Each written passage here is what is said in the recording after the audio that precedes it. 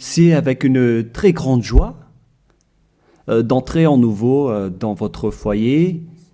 Vous qui nous écoutez, qui nous suivez de temps en temps, cet enseignement qui vous apporte la vie éternelle et le salut, qui vous guide et vous donne de la joie et du bonheur pour tous ceux qui écoutent, car on parle de l'ôtement du péché et que tous ceux qui sont avec Yahushua ne pêchent plus. C'est le bonheur exceptionnel et c'est la grande paix pour vous d'être à ses côtés.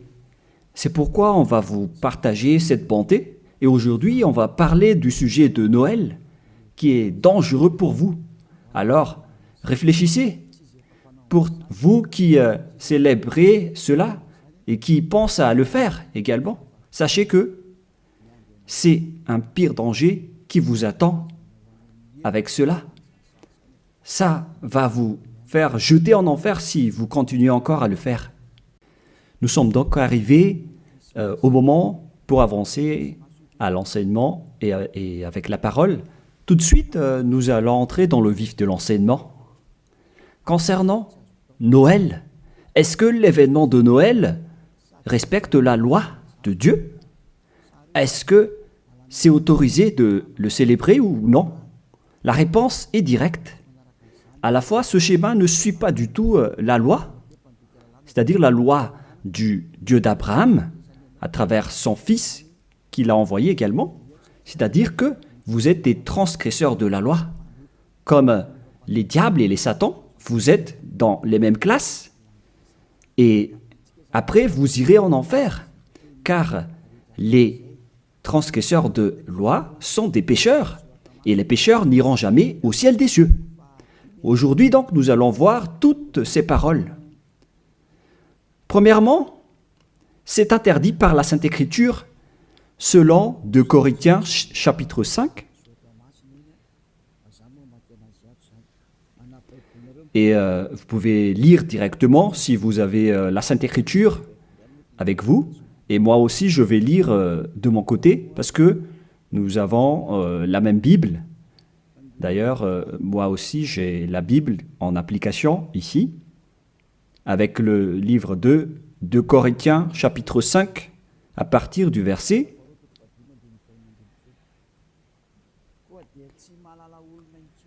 au verset 16. 2 Corinthiens, chapitre 5, verset 16. Aussi, désormais, nous ne connaissons plus personne selon la chair. Et si nous avons connu Yahushua selon la chair, à présent, nous ne le connaissons plus de cette manière. On ne doit plus alors le connaître ainsi. C'est interdit de le connaître selon sa chair. Je parle bien de sa chair, car lorsqu'il est né, il est né en tant que chair. Un enfant est né pour nous. Vous connaissez bien ce schéma. On parle d'un enfant et non pas d'un esprit. On n'a pas dit que c'est un esprit qui est né pour nous. Ce qui a été dit, c'est que c'est un enfant qui est né pour nous. Et la Sainte Écriture dit qu'il a vraiment pris la forme de la chair, que nous allons d'ailleurs lire dans le livre de l'Hébreu, et nous allons encore y revenir après. Mais nous allons lire d'abord Hébreu 2, 11.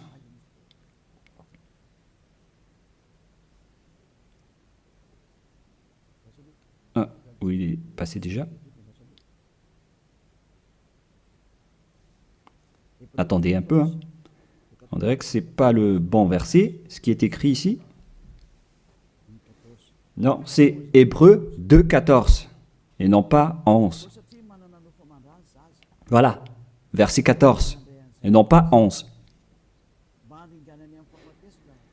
Puis, donc, les enfants ont eu un partage le sang et la chair. Lui aussi y a participé également afin de briser par sa mort la puissance de celui qui a l'empire de la mort, c'est-à-dire le diable. Donc, le Fils du Très-Haut a également pris le sang et la chair comme un enfant. Sa naissance est donc une naissance de chair. Il est né dans la chair. Il a pris la forme de la chair. Et cette chair qu'elle a pris à l'époque, c'est de la chair du péché. Car normalement, un être du ciel des cieux ne descend pas tout simplement ici sans raison. Même les anges peuvent être visibles ou invisibles en fonction de leur mission. Mais le Fils du Très-Haut, qui ne devait pas venir ici, il a sa forme spéciale venant du ciel des cieux, mais puisqu'il devait venir ici, donc il a dû prendre la chair humaine qu'il a vêtue en tant que chair de péché. C'est-à-dire que la chair de Yahushua, c'était de la chair de péché, où il y a plein de péchés. Il n'est pas un péché, mais c'est la chair qu'il a vêtue qui est la chair de péché. Donc si on regarde la chair qu'il a vêtue, on voit vraiment que c'est de la chair du péché. Et nous allons d'ailleurs voir la parole de Dieu à ce sujet. Nous allons encore lire ce verset avant de revenir à la première. Donc, Romains, chapitre 8, au verset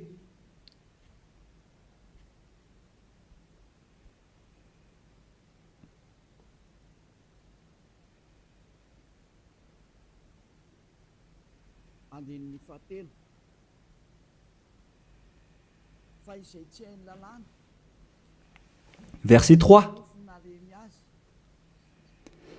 Car ce qui était impossible à la loi, parce qu'elle était sans force à cause de la chair, Dieu l'a fait en envoyant pour le péché son propre Fils, dans une chair semblable à celle du péché. Et il a condamné le péché dans la chair. Ici donc, nous voyons bien que Yahushua, le Fils du Très-Haut, sa chair était une chair de péché. Et lors de sa naissance, si vous allez le célébrer, si vous allez célébrer son anniversaire, vous allez célébrer le péché et vous allez glorifier le péché, car il s'agit d'une chair de péché qu'il n'accepte pas du tout. Donc, c'est pourquoi c'est interdit de célébrer Noël, car c'est une célébration de sa chair, qui est une chair de péché, qui est vraiment interdit. Et maintenant, nous allons revenir avec le livre du 2 Corinthiens, chapitre 5, verset 16. Voilà. Ainsi, aussi, désormais, nous ne connaissons plus personne selon la chair. Et si nous avons connu Yahushua selon la chair, à présent, nous ne le connaissons plus de cette manière. C'est devenu interdit de le connaître ainsi. C'est-à-dire que Noël est supprimé. Si vous le célébrez encore, c'est-à-dire que vous êtes avec le diable, alors ne contestez plus. Si c'est une loi, alors c'est une loi. Mais vous avez été trempé par ce Jésus. Et après vous avoir trempé, il cherche le moyen pour manipuler vos esprits. Alors qu'on voit clairement que vous faites du n'importe quoi. Vous provoquez la guerre au Dieu d'Abraham. Le Dieu d'Abraham dit que c'est interdit de le faire. Mais lui, il insiste pour le célébrer. Et vous voyez que c'est un envoyé du diable qui vous trompe. Et vous n'êtes pas encore conscient de cela. Quand je dis cela, certains sont en colère. Ces personnes qui vous font célébrer Noël vous jettent en enfer. Ils ne sont pas comme des hommes qui sont fermes, qui ont la fermeté comme moi. Moi, je suis ferme devant la vérité, par exemple. Et moi, j'ai dit, contrez cette vérité si vous osez, mais personne n'a osé le faire. Ils aiment juste critiquer, mais ils sont dans le tort complètement. Et le salut vient des Juifs. Donc, si c'est un Dieu juif, alors il doit porter un nom juif. Et Yahushua a vraiment un nom juif selon Jean 82, qui dit que le salut vient des Juifs. Nous allons lire ce passage, entre parenthèses, avec Jean 4, verset 22. Vous adorez ce que vous ne connaissez pas? Nous adorons ce que nous connaissons, car le salut vient des Juifs. Donc, ce Sauveur est juif. Et en tant que juif, on doit lui donner un nom juif. Et nous voyons ceci dans le livre des apôtres, car il a prononcé son nom, un nom hébreu, en discutant avec l'apôtre Paul. Mais après, les gens ont changé son nom en nom grec, avec Jésus, que nous allons voir après que c'est un nom grec. Donc, tout d'abord, Acte chapitre 26, versets 14 et 15. Nous tombâmes tous par terre, et j'entendis une voix qui me disait, en langue hébreu ou hébraïque, on parle ici de langue hébreu. Saul, Saul, pourquoi me persécutes-tu? Il discutait donc en hébreu. Il te serait dur de regimber contre l'aiguillon. Qui êtes-vous, Seigneur? M'écriai-je. Et le Seigneur dit, je suis Yahushua que tu persécutes. Ici donc, la discussion entre le Fils de Dieu et l'apôtre Paul se faisait en langue hébreu. Et donc, lorsqu'ils vont prononcer le nom, est-ce qu'il est possible qu'ils vont prononcer le nom en malgache? Je vous pose la question. Parce que Jésus ou Jesus, c'est une langue française ou malgache. Parce que le nom d'origine devait être le nom hébreu, comme les anges ont annoncé à Maria. C'est un nom hébreu. Et en tant que nom hébreu, on ne doit pas changer ce nom. Nous allons d'abord parler de ça en petite parenthèse, en vous disant que vous avez déjà été frappé depuis le nom. Vous avez eu des faux noms. Et au final, vous célébrez aussi Noël, alors que c'est vraiment tabou, c'est vraiment interdit. C'est inacceptable devant le Père Yahva. La preuve, lorsque vous célébrez Noël, les bars sont pleins. Vous dites que vous célébrez votre Dieu et vous êtes dans les bars, vous buvez dans les bars et vous faites des balles de jeûne. On voit que vous n'êtes pas du tout avec le Dieu d'Abraham, vous êtes avec un autre faux Dieu. Vous êtes guidé par le diable et vous n'êtes pas du tout conscient. Encore. Vous provoquez la colère du Dieu d'Abraham et vous ne vous cassez pas la tête. Vous continuez dans le mauvais sens. On continue la parole. Tout d'abord, le nom de ce Fils du Très-Haut est un nom juif. Il vient des Juifs. Lorsqu'il a discuté avec Paul, ils ont discuté en langue hébreu. Donc, c'est clair que c'était un nom hébreu qu'ils ont prononcé et non pas un nom français, anglais ou autre nom. Deuxièmement. Et troisièmement, on ne doit pas changer ce nom selon Actes des Apôtres 4.12. Il ne faut pas changer ce nom. Et vous étiez déjà frappés depuis cette époque. Mais ceux qui font la grosse tête et qui ne se soucient pas, alors tant pis pour eux. Acte 4.12. Et le salut n'est en aucun autre, car il n'y a pas sous le ciel un autre nom qui est donné aux hommes par lequel nous devions être sauvés. C'est à travers ce nom, donc, ce seul nom, qu'on obtient le salut. Et alors que, selon la Sainte Écriture, il n'y a pas d'autre nom, le nom doit être unique alors. Et ça doit être un nom hébreu qui ôte les péchés des gens. Et vous voyez déjà que tous ceux qui sont avec Élia sont ôtés de leurs péchés.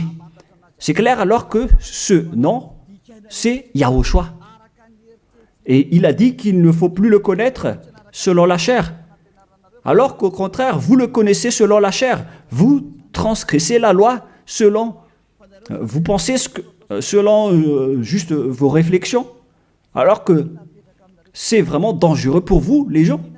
Est-ce qu'on va suivre vos habitudes, les humains, ou est-ce qu'on va suivre l'habitude du Dieu d'Abraham? La question se pose pour vous.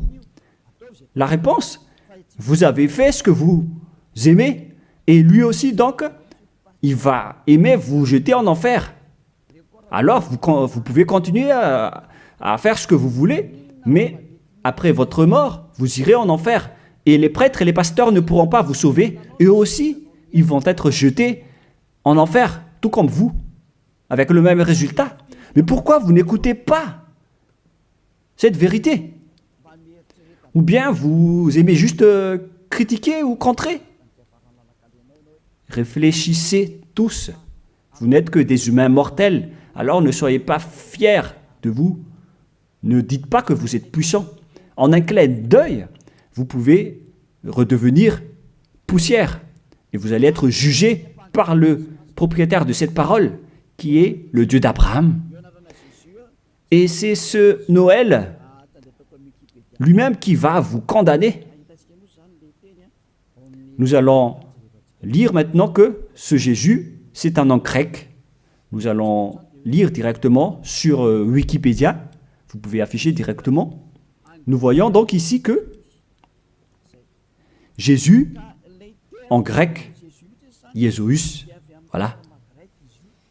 Et ce terme Jésus vient donc d'un terme grec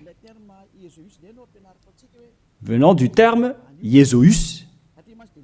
Et je vais vous enseigner l'origine du terme Jésus, parce qu'il y en a qui traduisent bêtement en disant que c'est Yahushua, Yeshua, qui ne sont que tous des faux noms. Mais selon le nom hébreu, son nom c'est Yahushua. Et vous ne devez jamais, en aucun cas, le changer en Jésus. On ne doit pas exploiter un nom propre comme cela pour dire qu'on va le changer comme ceci, comme cela. C'est le diable qui fait cela. On ne change pas un nom propre. Et je vais entrer en détail sur ce sujet, sur l'origine du nom Jésus, car ici on dit que c'est un nom grec. Où est donc l'origine de ce terme Jésus? Nous allons donc expliquer à travers cet enseignement. Vous pouvez afficher directement. Donc, le nom du Dieu grec, c'est Zeus. Zeus. Et lorsqu'il invoque le nom de Zeus, il l'appelle Sus. Ce Zeus, donc, se lit Sus, en vérité. Et ce Sus, lorsqu'on lui donne du respect à leur Dieu, il rajoute un Yé devant, comme avec les Allemands qui rajoutent un L, comme L Hitler. Le L, c'est un signe de respect. Et ici, donc, pour les Grecs, pour respecter leur Dieu, ils rajoutent un Yé devant le nom, et après, ils écrivent le Jésus, Jésus, que nous avons vu tout à l'heure. Et c'est ce terme Jésus que les catholiques romains ont traduit en Jésus. Jésus. Jésus. Donc c'est devenu un petit Z par là. Et le Jésus s'est transformé en Yes. Yes. Et le Yes s'est transformé en Jésus, etc. Nous allons aussi suivre ce schéma à partir de Jésus. Et ils ont changé le U en J. Pour certains, ils ont changé en J. Voilà. Et ça donne Jésus. Et du coup, ça donne aussi Jésus ou Jesus, c'est-à-dire Jésus. Voilà donc la structuration de ce terme. Ce Dieu-là, alors, c'est bien un Dieu grec. Ça n'a rien à voir avec l'hébreu. Vous voyez que c'est vraiment une grande tromperie que les gens ont fait jusqu'à maintenant. Vous adorez le Dieu grec.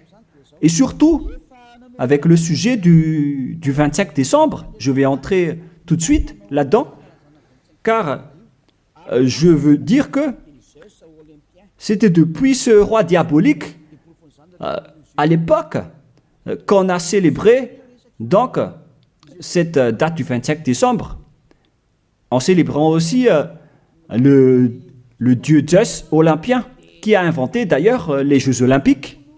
Il a inventé les jeux des personnes nues qui se courent après et qui font des luttes.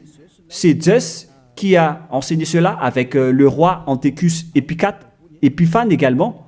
Et donc Zeus était également avec lui. Nous allons donc lire ce passage dans la Bible, dans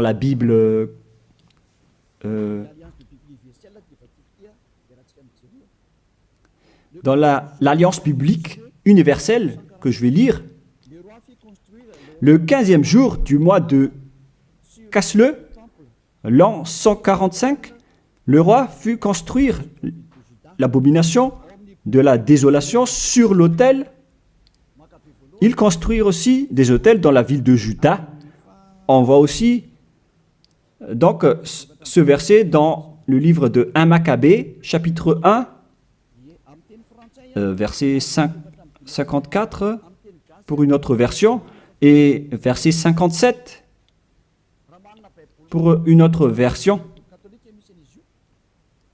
Donc, si vous avez le livre du Maccabée dans la Bible catholique, je vais relire encore une fois chez moi, et vous voyez sur l'écran en langue malgache, qui est plus convenable, mais le voilà.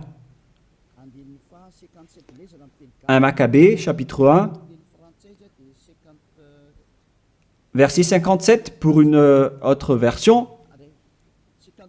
et pour une autre version, c'est verset 54.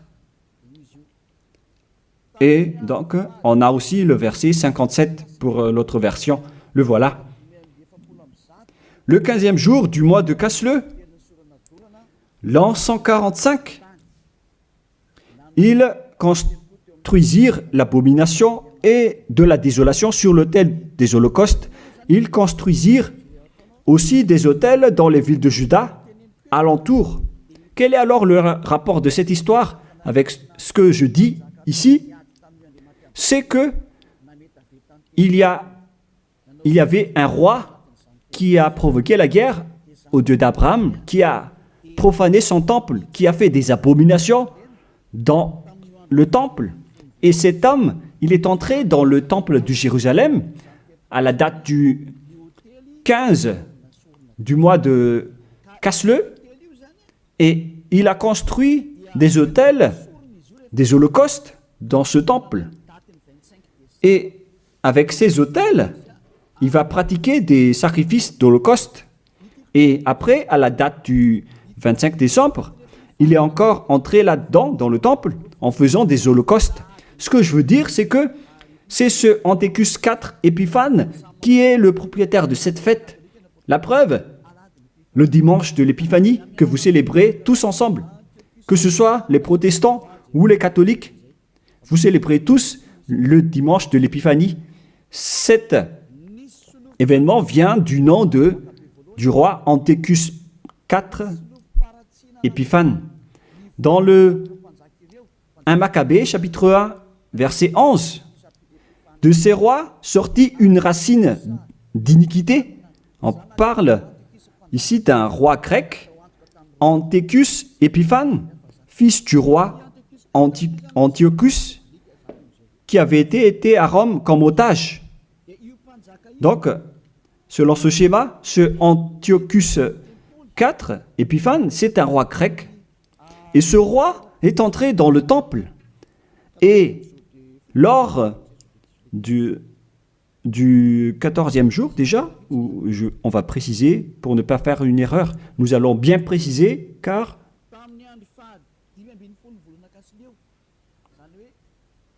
le 15e jour du mois de Casleu, c'est-à-dire au 15e jour du mois de Casleu, l'an 145, ils construisirent l'abomination de la désolation sur l'autel des holocaustes. C'est Antiochus IV Épiphane donc, qui a fait cela.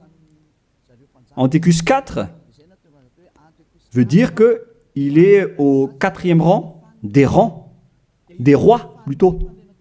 Mais on lui distingue avec le nom d'Épiphane, avec le dimanche de l'Épiphanie que vous célébrez. C'est-à-dire que cette fête appartient à Antiochus IV Épiphane. Voilà ce que ça veut dire. Et nous allons lire un peu après. Et maintenant, le verset d'en bas, verset 62. Le 25 du mois, il offrait un sacrifice sur l'autel qui avait été construit sur l'autel des holocaustes. Donc, le 25 décembre du mois de Casleu, on va préciser ça après, ils sont entrés dans le temple pour faire des abominations, pour faire des holocaustes inappropriés. C'est-à-dire que cet homme, Antiochus IV Épiphane, qui est le diable en personne, il a profané le temple du Père Yahva lors de la date du 25 décembre. C'était une date qui a rendu en colère et énervé le Père Yahva, cette date du 25 décembre, que vous célébrez tous. Et cela est prouvé par le dimanche de l'Épiphanie que vous célébrez après le 25 décembre. C'est pour prouver que vous célébrez Épiphane et non pas le Fils du Très-Haut. C'est le diable qui est derrière tout cela. Et vous êtes jugés par ce dimanche de l'Épiphanie qui parle de la fête d'Épiphane. Et vous êtes tous attrapés et piégés par cela. Vous avez rendu en colère le vrai Dieu en rendant gloire au diable d'Antiochus IV Épiphane, car c'est lui qu'on célèbre à ce sujet. Nous allons lire ce passage et merci de bien préciser dans votre livre, car il y a une explication de ceci dans 1 Maccabée, chapitre 1, verset 54 dans une autre version, et 57 ou 59, et verset 62. Le 25e du mois, ils offraient un sacrifice sur l'autel païen qui avait été construit sur l'autel du temple des holocaustes. Et nous allons préciser ici, en décembre 167 avant Yahushua, l'heure abominable, c'était l'autel de Zeus Olympien, le dieu grec. Je répète encore une fois, Kislev en l'an 145, c'est la fin décembre 167 avant Yahushua. L'heure abominable, c'est l'autel de Zeus Olympien, dieu grec. C'est ce qu'on veut transmettre ici, donc, c'est que on a vraiment fait entrer le dieu grec dans le temple. Et c'est bien Zeus qu'ils ont fait entrer dedans. C'est ce que je vous ai dit tout à l'heure, que c'est lui qui est appelé aussi Sus, ce dieu grec. C'est vraiment Jesus.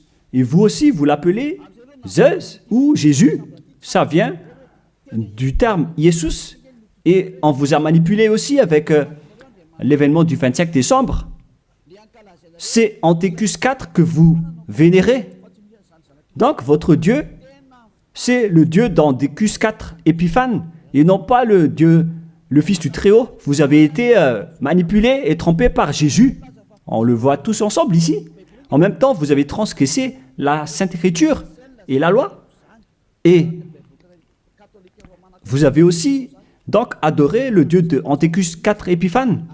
On parle ici de la Bible de l'Alliance universelle qui l'explique bien en détail. Et ce sont les théologiens internationaux qui ont écrit cette Bible. Tous les religieux le connaissent, y compris le pape catholique romain. Tous les chefs religieux connaissent aussi ce livre, car c'est un livre international que personne ne peut contester. Et c'est ça ce qui était écrit là-dedans. Ce n'est pas aujourd'hui que on le voit, mais ça, c'était depuis bien longtemps hein, que ça a été écrit là-dedans. Ce qui veut dire, alors qu'ils ont fait de l'abomination, de la profanation dans le temple de Jérusalem lors de la date du 25 décembre. Et maintenant, nous allons voir que cette date du 25 décembre était le jour où Antiochus IV a profané le temple, tout en célébrant également son anniversaire, en profanant le temple de Jérusalem et en provoquant la colère du Père Yahva. Et c'était lors de la date du 25 décembre.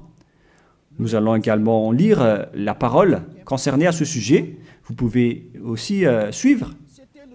Le 25e jour du mois, c'était le jour de chaque mois où l'on fêtait la naissance du roi. Je répète encore une fois, le 25e jour du mois, que j'ai déjà dit tout à l'heure, dans le verset 59 ou 62, c'était le jour où chaque mois on fêtait la naissance du roi. Ça veut dire que la date du 25 décembre, c'est la date de célébration de l'anniversaire de naissance de Antiochus IV Épiphanes.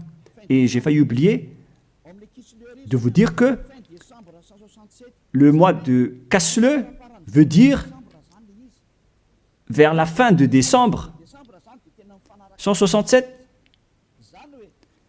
Le mois de Casle et le mois de décembre sont donc vraiment similaires.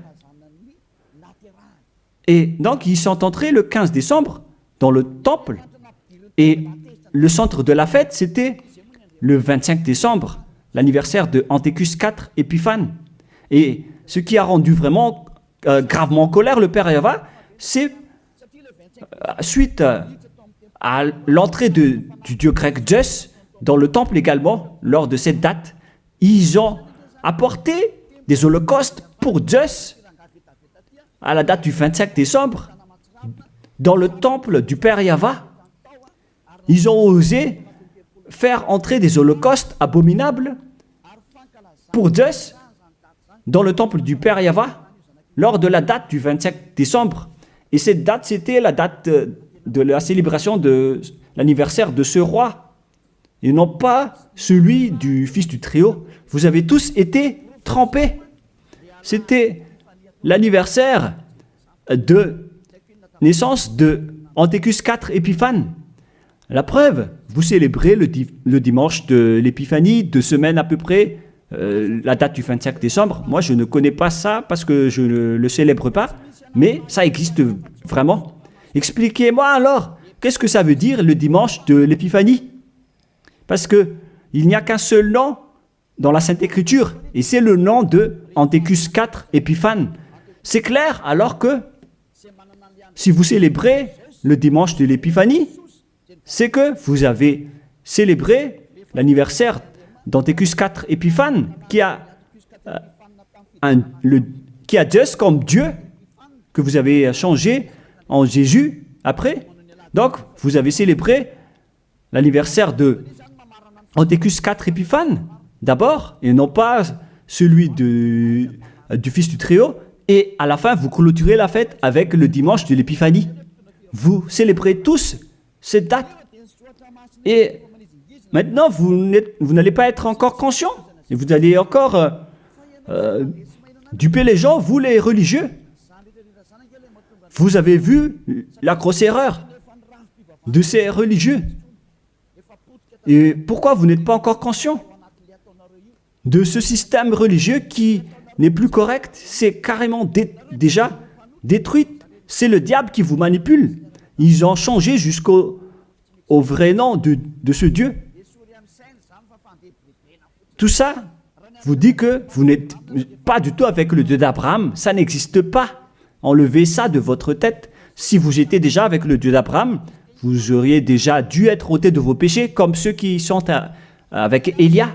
Mais c'est pourquoi les gens détestent Élia, car Élia attire les gens pour être ôtés de leurs péchés. Et les autres sont en colère, car leur liberté sont empêchées. Et c'est pourquoi ils disent de ne pas toucher à leur religion. Mais de quelle religion vous parlez? Qu'est-ce que vous devez suivre? Celui qui ôte les péchés ou celui qui n'ôte pas les péchés? Faites votre choix, mais la Sainte Écriture dit que il faut croire à celui qui ôte les péchés, c'est-à-dire Yahushua. On parle de celui qui ôte les péchés. À vous de réfléchir. Mais après, on vous demande de célébrer le dimanche de l'Épiphanie. Mais c'est quel événement? Et je répète encore que c'est la suite de l'événement de l'anniversaire d'Antiochus IV Épiphane. Car lors de cette date, vous avez aussi glorifié le dieu grec Zeus, Jesus, après, ou Jesus, selon les Anglais, Jésus pour les Français. Vous avez donc tous célébré le dieu grec en célébrant aussi l'anniversaire de Antiochus IV Épiphane et non pas celui de Yahushua. Le Fils du Très-Haut n'avait pas cette date de naissance. C'est pourquoi ce Jésus est vraiment un grand imposteur. C'est vraiment une grande tromperie qu'il a fait. Et vous n'allez pas encore être conscient que ce Jesus ou Jésus ne vous ôte pas les péchés. Et sachez que les pécheurs n'iront jamais au ciel des cieux. Car si c'était possible, alors le diable aussi aurait eu l'occasion et l'opportunité d'aller au ciel des cieux, alors que les diables sont les chefs des pécheurs et ils n'iront jamais là-bas. Alors soyez conscients. Vous avez été trompés. Le Dieu que vous adorez, c'est le Dieu d'Antiochus IV Épiphane, le Dieu Zeus. Et en l'an 2000, je ne me souviens pas précisément, la flamme olympique est arrivée à Madagascar.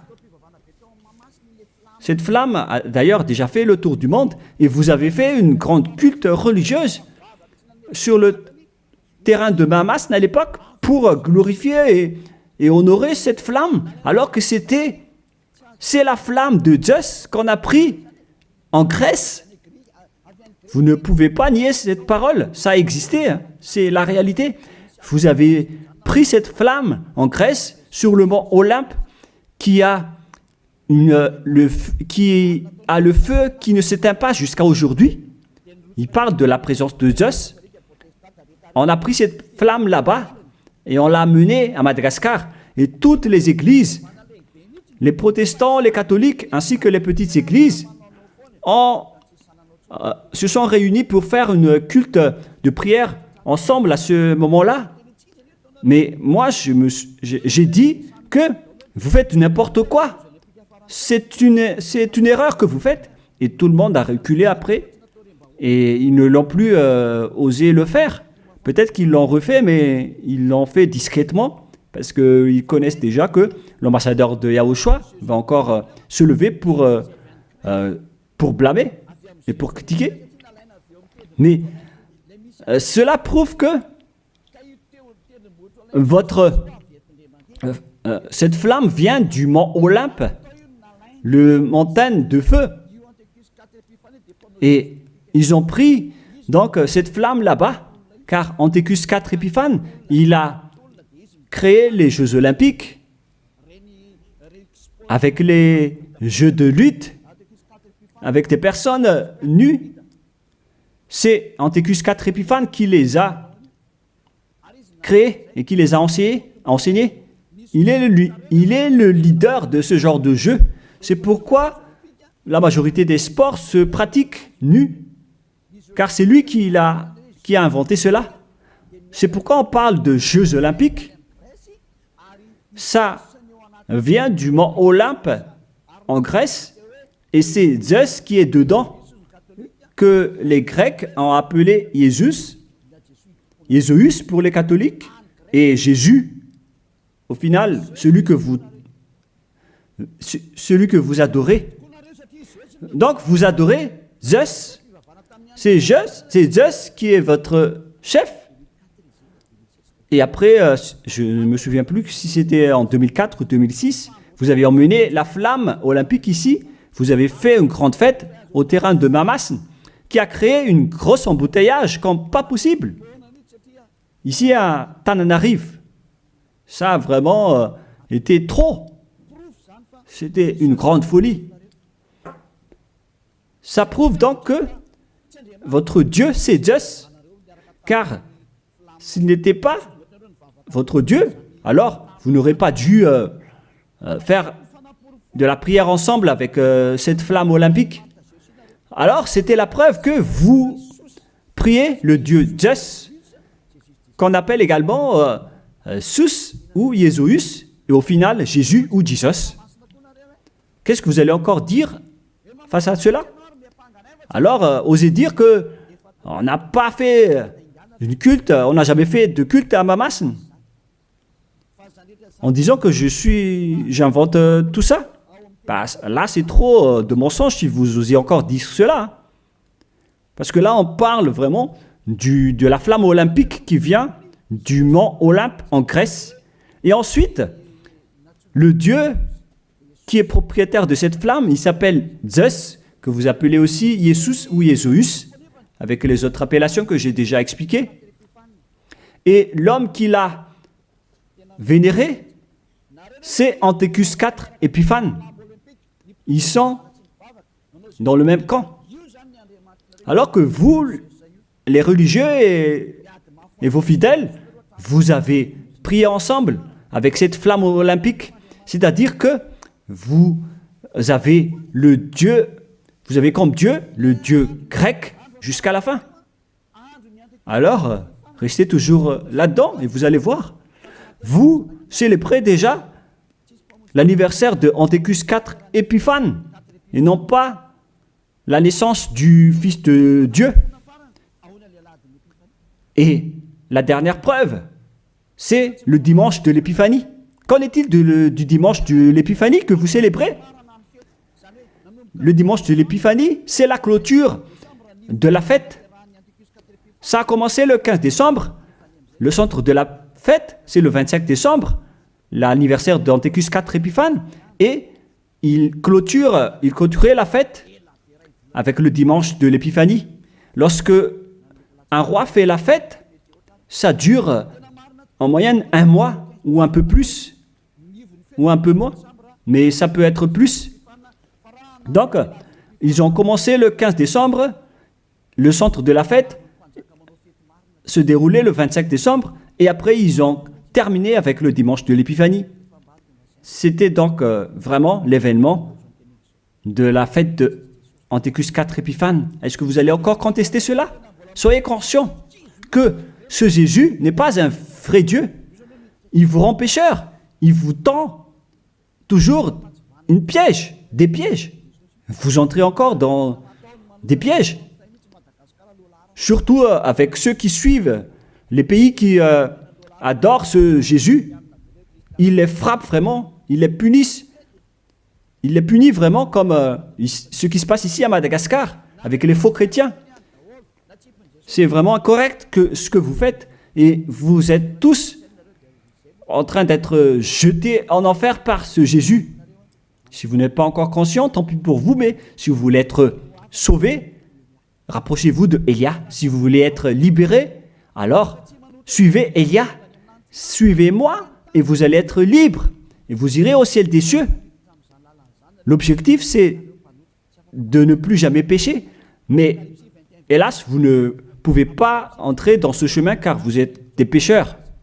Selon Apocalypse 21-27, et les impurs et les souillés n'y entreront jamais. dans Apocalypse et on regarde tous à travers l'écran. Pour vous qui pleurez à rester pécheurs, voilà la réponse pour vous dans Apocalypse 21-27. Ça ne marche pas? Bon, il faut réparer rapidement alors.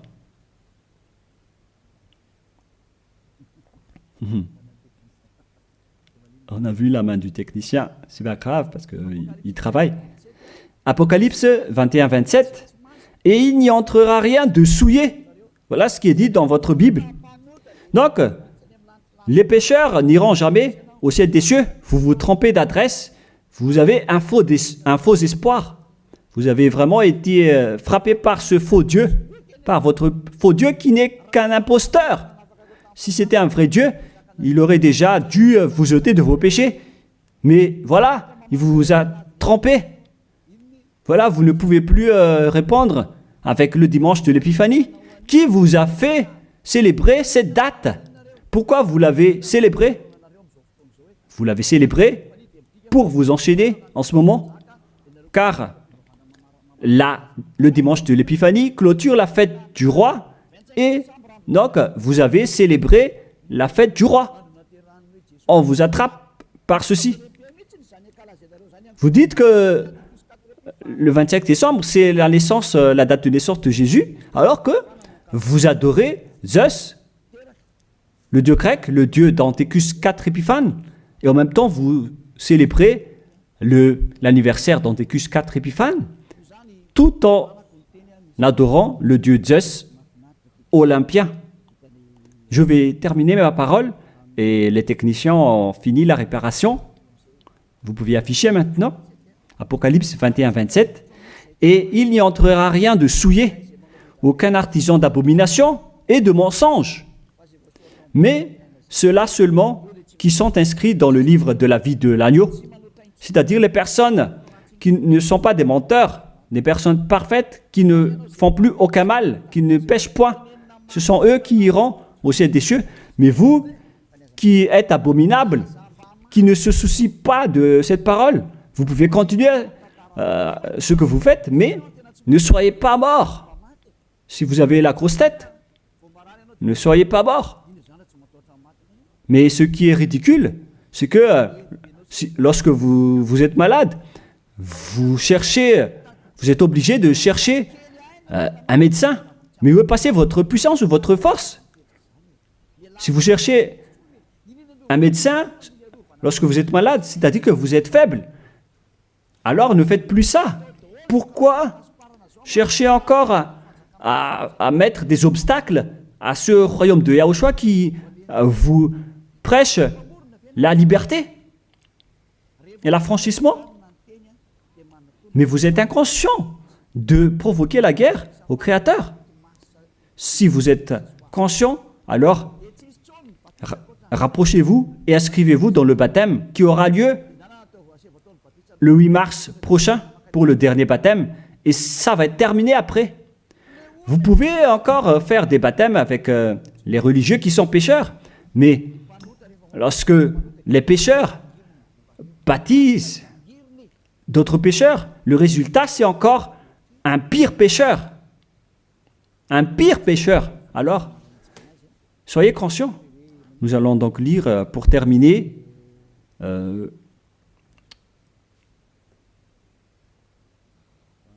voilà.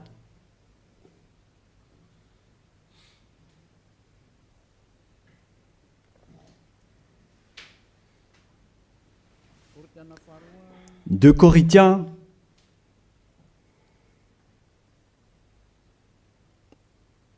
chapitre 5, verset 16. Vous pouvez afficher directement. Voilà.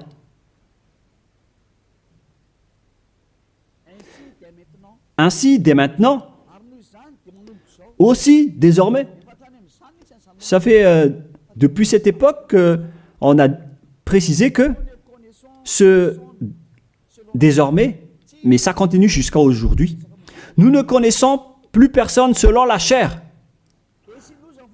Et si nous avons connu Yahushua selon la chair,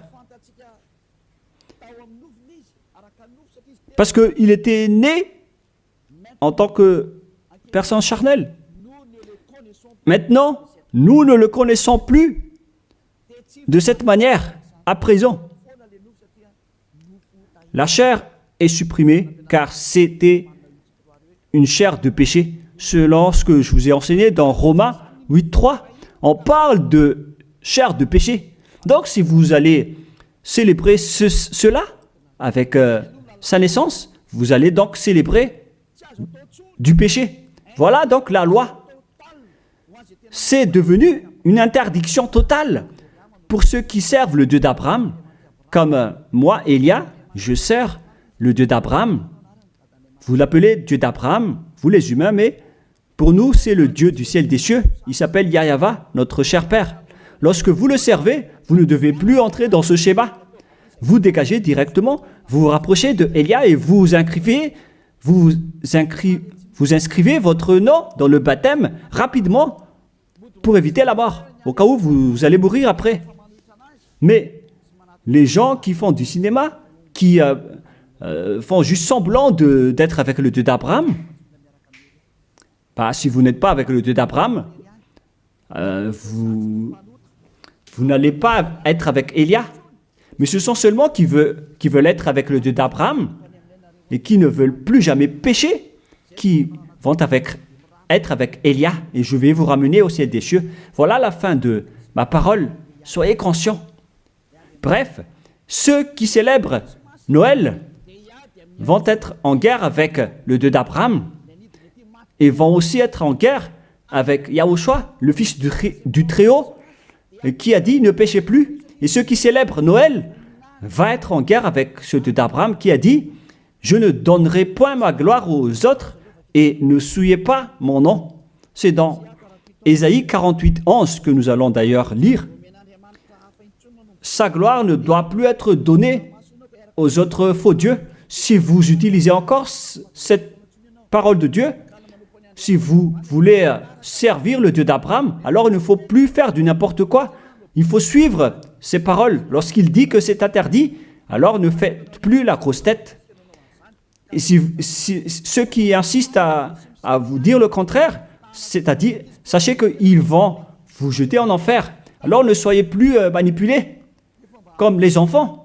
Vous êtes maintenant matures, vous êtes des adultes, vous avez la conscience. Sachez que c'est de l'amour pour vous sauver. On dévoile donc le mal que font ces faux dieux. Alors, face à cet amour, soyez conscients maintenant. Soyez conscients. Dans Ésaïe 48:11, il est dit qu'il ne faut plus prier les faux dieux. C'est interdit par la loi. C'est pour l'amour de moi que je le fais. Car comment mon nom serait-il profané? Je ne donnerai pas ma gloire à un autre. Pourquoi donc le Seigneur Yahushua, le Fils du Très-Haut ici, pourquoi il dit qu'il ne faut pas célébrer la chair du péché? Et la Sainte Écriture dit aussi que le 25 décembre, c'est la date de naissance du roi diabolique et non pas celui du Fils du Très-Haut. Voilà ce que le Fils du Très-Haut a dit. Et pourquoi vous insistez encore à faire le contraire? Mais qu'est-ce que vous cherchez, vous les religieux qui sont des sorciers? Et aussi, vous qui acceptez d'être menés dans le tort. Mais qu'est-ce que vous cherchez? Vous voulez vraiment provoquer la guerre à ce Dieu d'Abraham? Vous l'avez déjà fait, alors vous pouvez continuer. Mais pour ceux qui sont conscients qu'on ne peut pas le combattre, ce Dieu d'Abraham, alors dégagez de là et venez ici. Rapprochez-vous de Élia et suivez Élia. Voilà ce que vous devez faire. Il faut suivre Élia. Il va nous ramener au ciel des cieux, chez le Dieu d'Abraham. Il va nous ramener là-bas. Mais il faut d'abord être ôté des péchés pour y intégrer. Et on a réussi cela. C'est le pouvoir que Yahushua a donné à Élia. Alors suivez-moi. Nous irons chez le vrai Sauveur, Yahushua, celui qui a vraiment été crucifié. Allons-y maintenant. Prenez une décision et ne tuez plus votre esprit. votre esprit est très triste car après votre mort, vous allez redevenir poussière. Mais votre esprit va être en souffrance. Vous voyez, lorsque vous faites du mal, vous réfléchissez après, vous stressez en appelant Dieu, en disant « Mais qu'est-ce que j'ai fait, mon Dieu ?» Mais puisque vous avez déjà commis le mal, le diable va aussi venir vous blâmer. Et après, vous vous déprimez, vous êtes au bord du suicide et vous faites encore plus de mal. Voilà ce que font ces diables. Ils vous encouragent à faire du mal. N'acceptez plus cela. Retournez-vous vers Yahushua. Ma parole se termine. Rapprochez-vous de Yahushua. N'entrez plus dans ce mauvais sens et dans cette folie. Tant pis pour ceux qui veulent combattre le Dieu d'Abraham. Laissez-les écouter les propos des diables.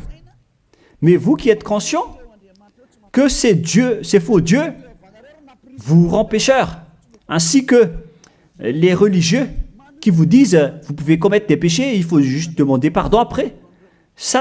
Tout ça transgresse toutes les lois du vrai Dieu. Si vous ont déjà tué, alors dégagez de là et suivez Élia.